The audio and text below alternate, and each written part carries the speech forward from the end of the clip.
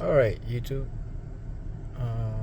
What we have here is a 2011 Dodge Caravan, Grand Caravan, and I have the check engine light on.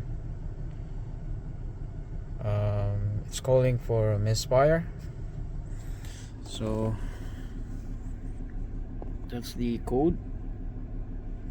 Code would be P0302. As you can see, cylinder 2 misfire. Okay, so good thing is that this vehicle has access for the misfire data. So as you can see, the cylinder number 2 is misfiring, right? That's the only one misfiring, the rest is not. So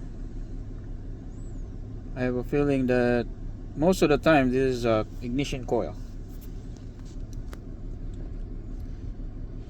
and also that means we're gonna have to replace the ignition coil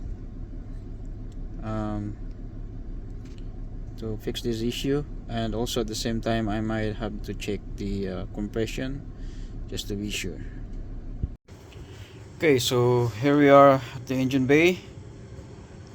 Basically, to replace the ignition coil it's not easy. It's not that hard, but it takes time to take it out, because you have to take out the intake, pretty much everything here on the top, because the ignition number 2 was in here, as you can see underneath the intake manifold. So you have to remove that in order for you to replace it. So the ignition timing would be number 1 on that side, on your left side. This is the front of the engine, so the ignition firing order would be 1, and then 2, and then 3, and then 4, and then 5, and then 6. Right, so that's how the ignition firing order. And for any 3.6 liter Chrysler, Dodge, this is the same firing order. And I went to Napa and here's the new ignition coil, and hopefully this fix the issue. We'll see. So first things first, to remove this, you're gonna have to remove this pipe. After that, we're gonna have to remove this intake here, and then we're gonna remove the wires and some pipes, another pipes here we're gonna have to remove. So as you can see now, the intake is removed from here, and the coil and spark plug is gonna be exposed. That's a good thing on that part, but here you still have to remove this. So we're gonna have to unplug these wires here. There's a kind of red tab here that you have to pull. Seems like somebody already broke this, and yeah, there you go. And unplug this pipe here, and then you're gonna have to remove these screws here, right? 1, 2, 3, 4, 5, and then I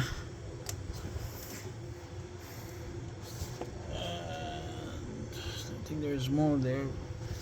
Yeah, somebody already removed this screw over here. So somebody already been here, right? There's supposed to be a nut there. It's gone now. So alright, so here it is. Intake is removed. So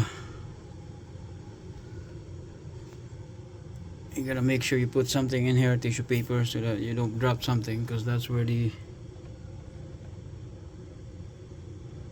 bulb sits. And here's our number 2. So here's the 1, 2, 3, 4, 5, 6 firing order. And somebody's been here.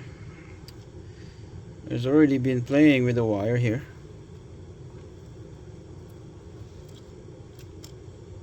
I don't know, but we'll see. Okay, so what's going on here, what I did is that all the good coil from the bank 1, this is bank 1 and that's bank 2, this is bank 2 and bank 1, so all the coil there I transfer it here, and this is number 2, right? So this is supposed to be the number 1 coil, and this is supposed to be number 3 coil and number 5 coil. So the number 4 and 6 coil is on the other side now. I transfer it there, and yeah, so this is the coil that number 1, which is, I know that it's working, and the one that the brand new coil I put it in number 1 here. So if in case this is if this is it's not gonna work, then it's easy to take it out, because it's not original, that just this is aftermarket, so there's a possibility that it might not work. And I'm sure that this coil here is working. So if I still have this issue, that means I have problem with mechanicals, or maybe wiring. I will see. Okay, so everything is back now. We're gonna see. We'll see if we still have the issue. Alright, so I guess it's fixed. I have no more engine light on the data, no more misfire. So that's it. Thank you for watching.